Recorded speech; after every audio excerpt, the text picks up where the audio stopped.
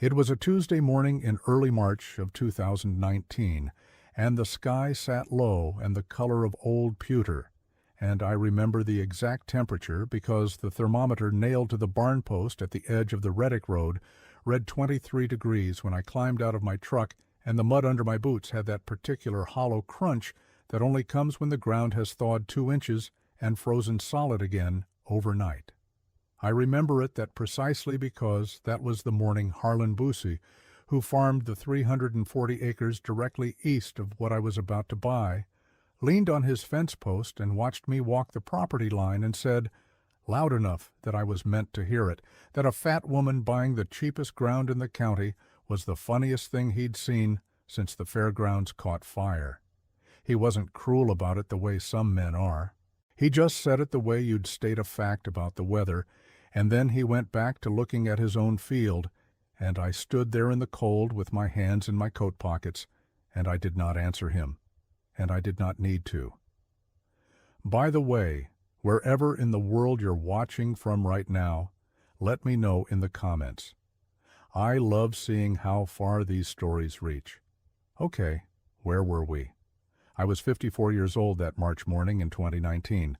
I had $47,000 saved over 31 years of work, and I was about to spend $39,500 of it on 82 acres that 4 previous owners had given up on, that the county assessor had twice reduced in value, and that the listing agent had described in the paperwork as presenting challenges typical of low-lying marginal ground. That was the polite version. The honest version was that 53 of those 82 acres drained so poorly that you couldn't run cattle on them past May without the animals sinking past their fetlocks, and the remaining 29 were scrub cedar and limestone shelf that wouldn't hold a plow. Nobody wanted it. I wanted it very badly, and I could not have told you exactly why on that particular morning, except that my grandmother had written something down in a ledger I had been carrying in my coat pocket for 11 years since 2008, and I had started to believe she had meant it. The ledger was a black and white speckled composition notebook, and she had filled it between 1961 and 1979, in a handwriting so small and even that you needed good light to read it. She had homesteaded with my grandfather on ground not entirely different from this, 40 miles southwest of where I was standing, and she had raised Nubian dairy goats on that ground for 38 years.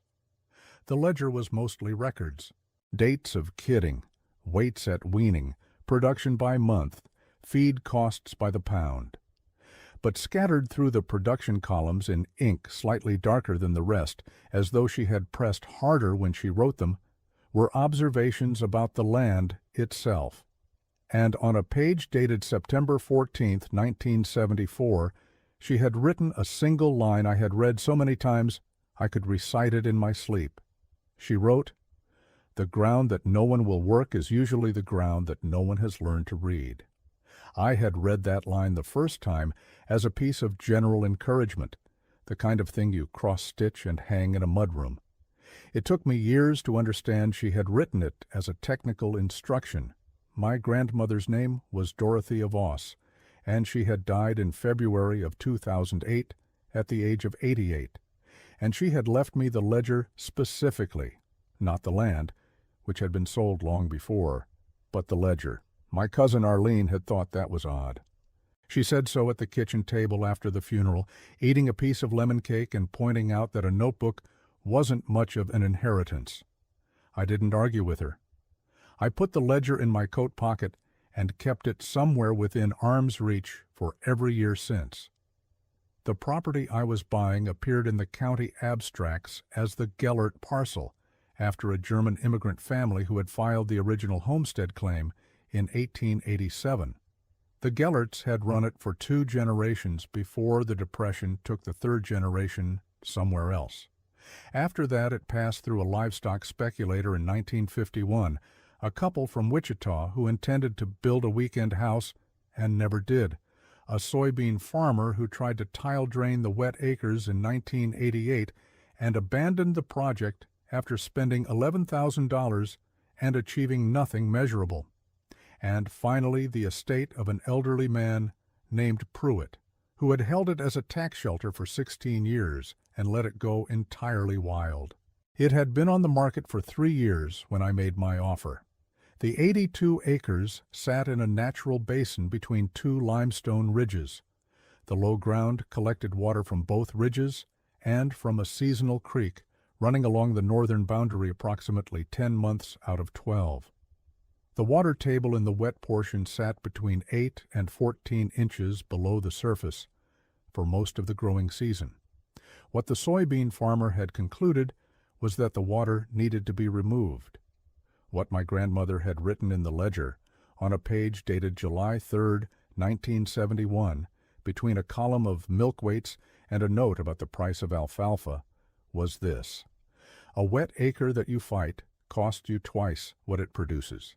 A wet acre that you study produces twice what it costs."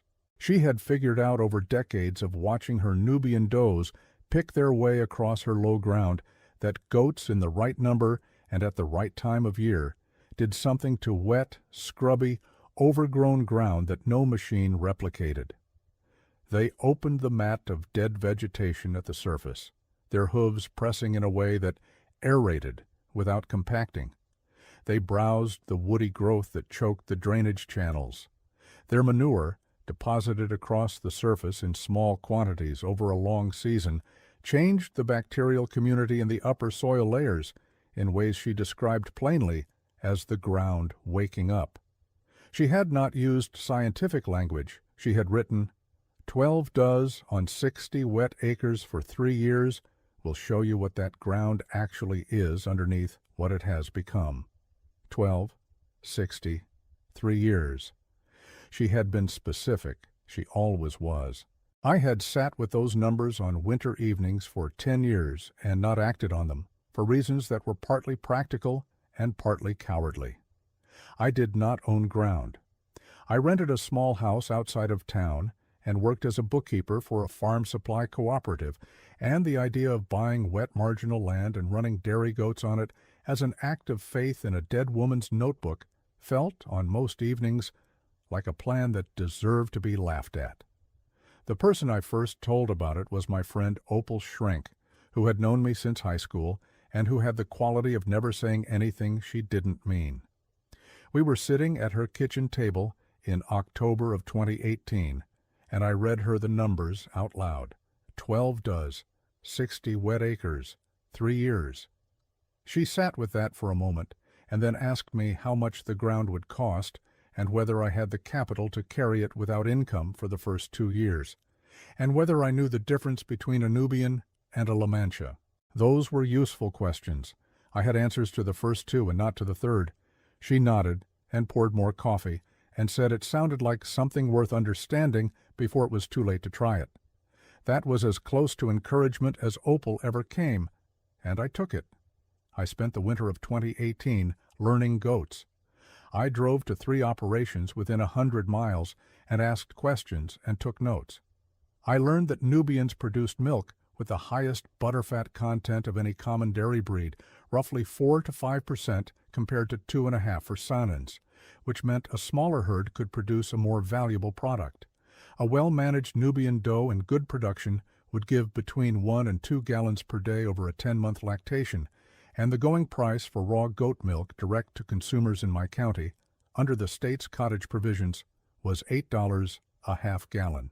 I filled a separate notebook with those numbers and checked them against each other until I believed them. I closed on the Gellert parcel on March 14, 2019. I paid $39,500. I had $7,500 remaining as my operating buffer, and I intended not to touch the last $3,000 of it under any circumstances. The closing agent handed me the keys to a gate lock opening onto a 2-track lane grown up in brome grass, and I drove that lane to the middle of the property and got out and stood there in the cold and looked at the ground. What I saw was not encouraging.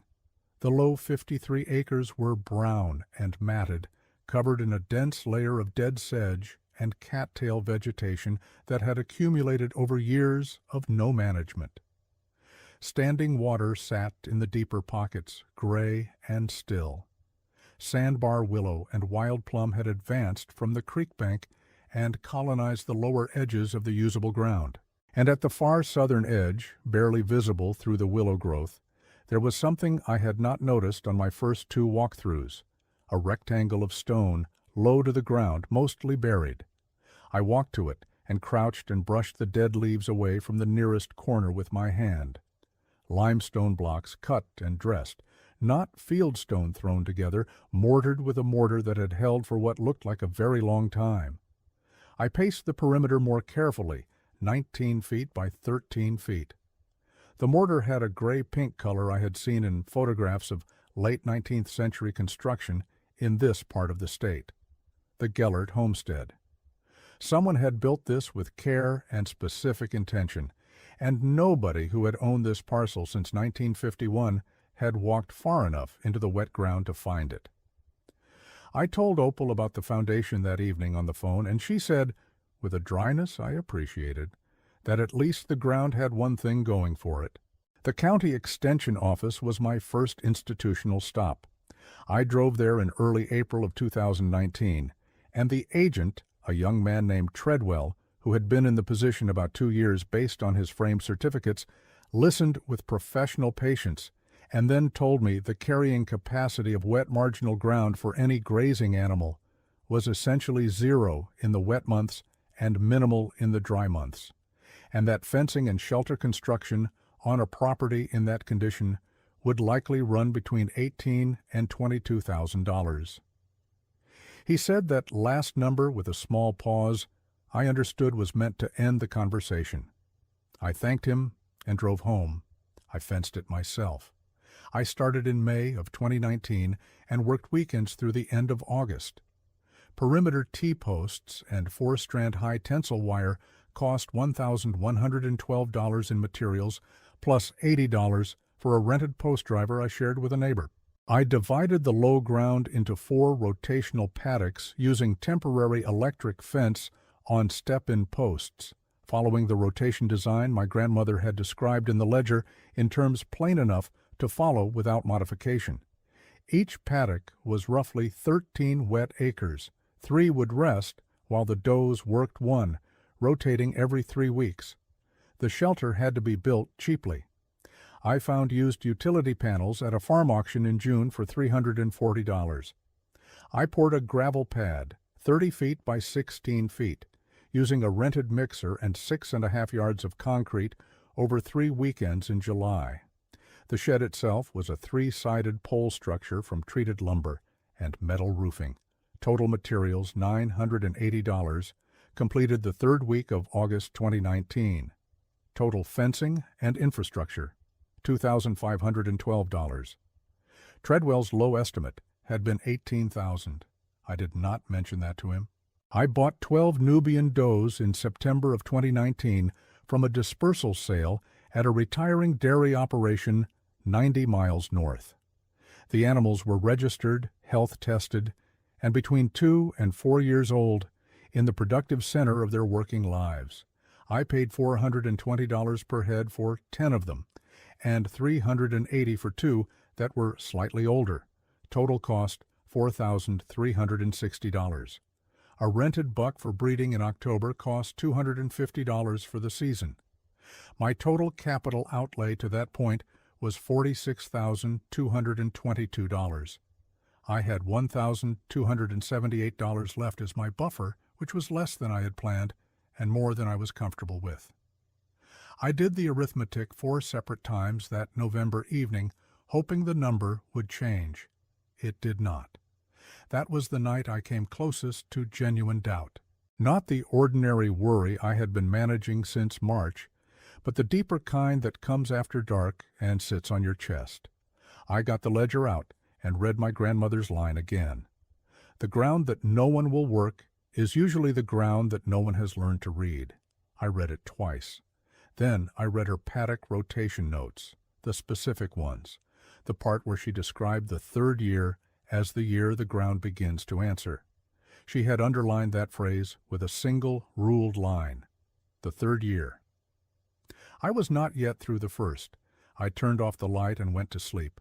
And in the morning, I went out and checked the does and their water, and I went on.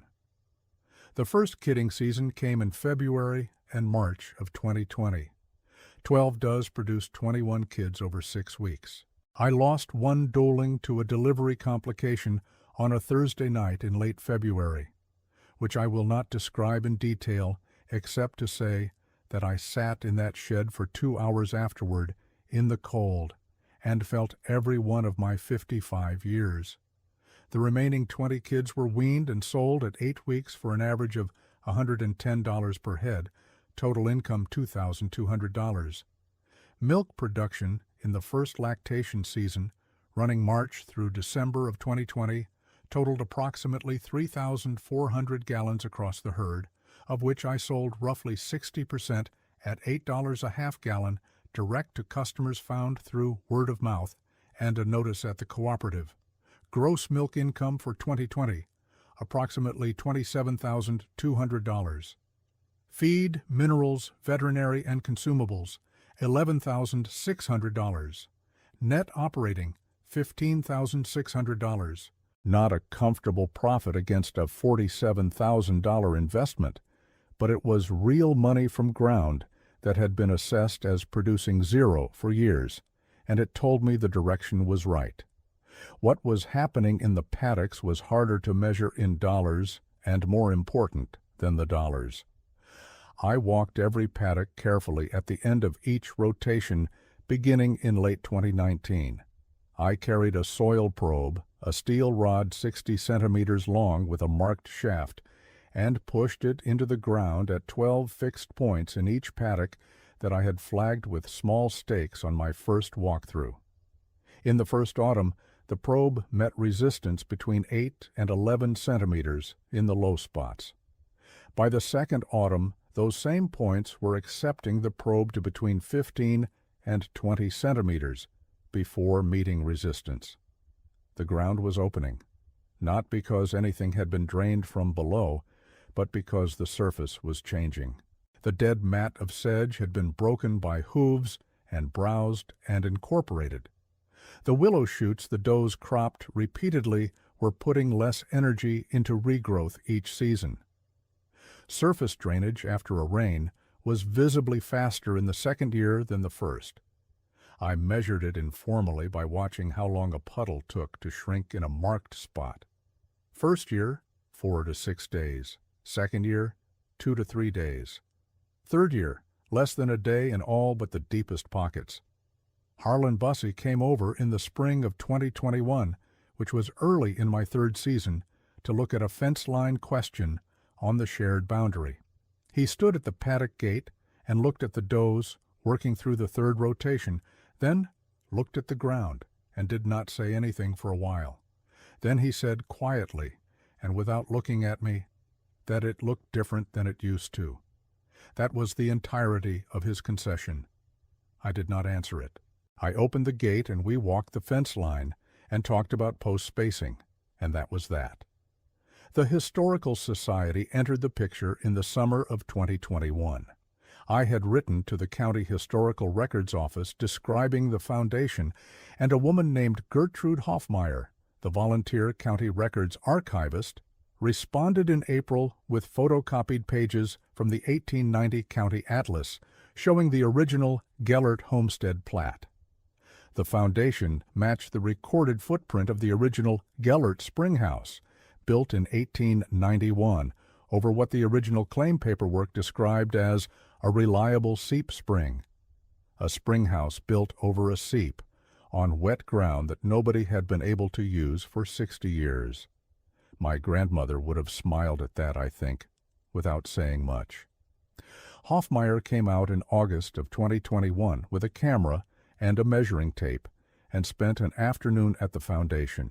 She was a small, precise woman in her late 60s who wore canvas trousers and asked better questions than most people I had talked to about this ground. She submitted documentation to the State Historical Preservation Office, and the Gellert Springhouse Foundation was placed on the County Historic Register in March of 2022. They sent me a certificate and a small bronze marker, and I set the marker in concrete at the edge of the foundation and left it there. The neutral technical assessment came in October of 2021 from a direction I had not anticipated. The State Extension Service had a soil health specialist named Brant Kessler traveling the region for a research project tracking marginal agricultural land recovery. Kessler had heard about the Gellert parcel through Treadwell, which told me Treadwell had been paying more attention than his initial manner suggested. Kessler came on a cold Tuesday in October with a portable spectrometer, core sampling tubes, and a digital infiltration meter. He spent 4 hours on the low acreage, moving systematically between my flagged points and points he chose himself. He took cores. He ran the infiltration meter at 14 locations. He came to the shed at the end of the afternoon while I was doing evening feeding, and he told me that the infiltration rates he had measured in the paddocks under 2 full years of rotational goat management were between 2.5 and 3 times higher than rates in the unmanaged buffer strips along the fence lines. Soil organic matter in the upper 10 centimeters of the managed paddocks averaged 4.2%, compared to 1.8 in the buffer strips. He told me he had expected some improvement, but that the magnitude across only 2 seasons was, and I am quoting him directly because I wrote it down that evening, not consistent with what conventional soil science would predict from this timeline. Then he said, almost to himself, that whatever the management had introduced, the biology in the upper layer was running ahead of the model. He looked up and asked me where I had gotten the rotation design. I told him about the ledger. I told him about my grandmother and the line she had written in September of 1974. He asked if he could see it. I brought it out and handed it to him, and he read the relevant pages slowly, standing in the shed doorway in the last orange light of the afternoon. He did not say my grandmother had been right, exactly.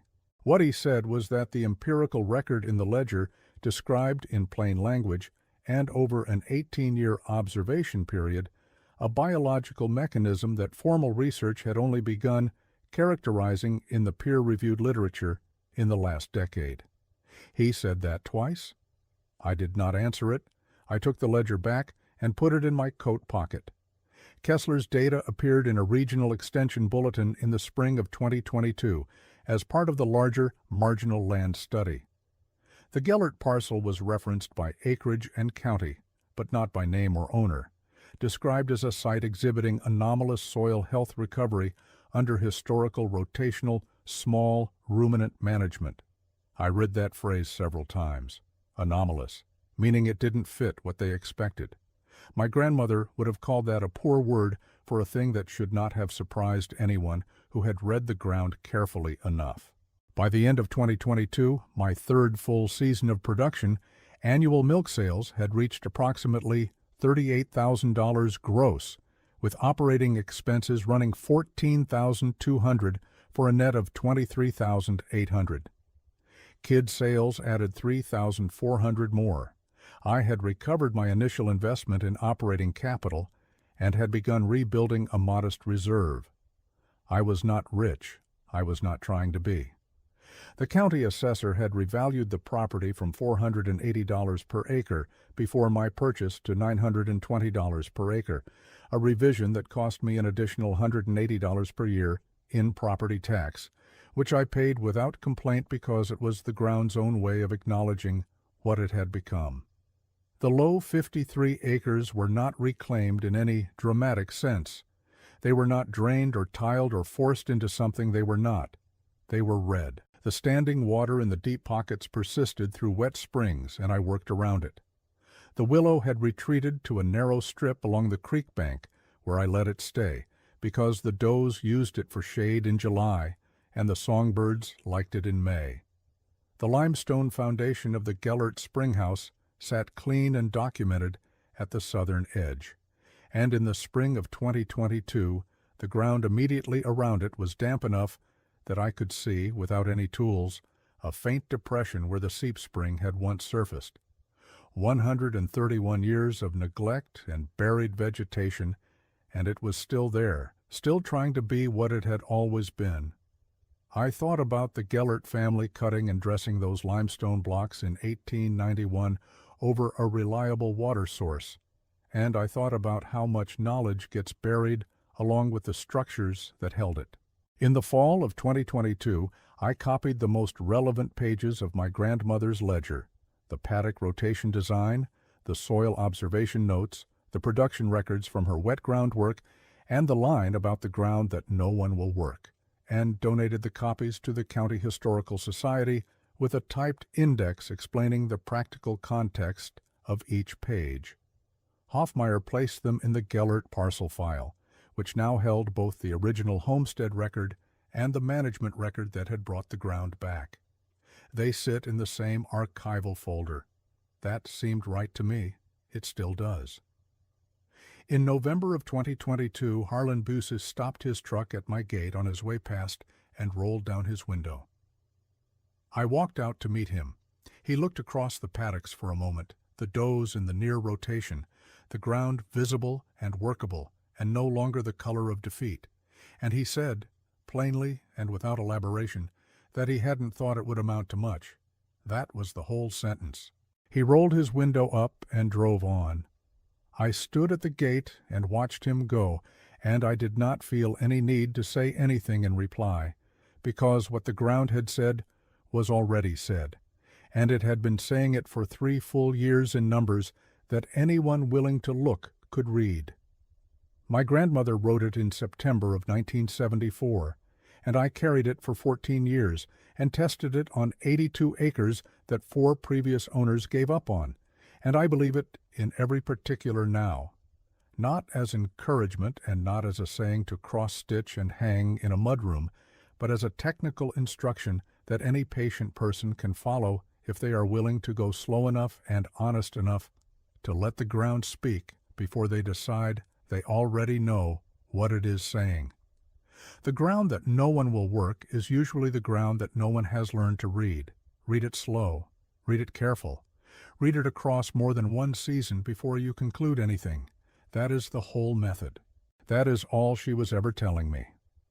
If you have a piece of ground like that, or a piece of anything like that, something everyone else has written off, something that required patience you weren't sure you had, I would genuinely like to hear about it in the comments. I read everyone.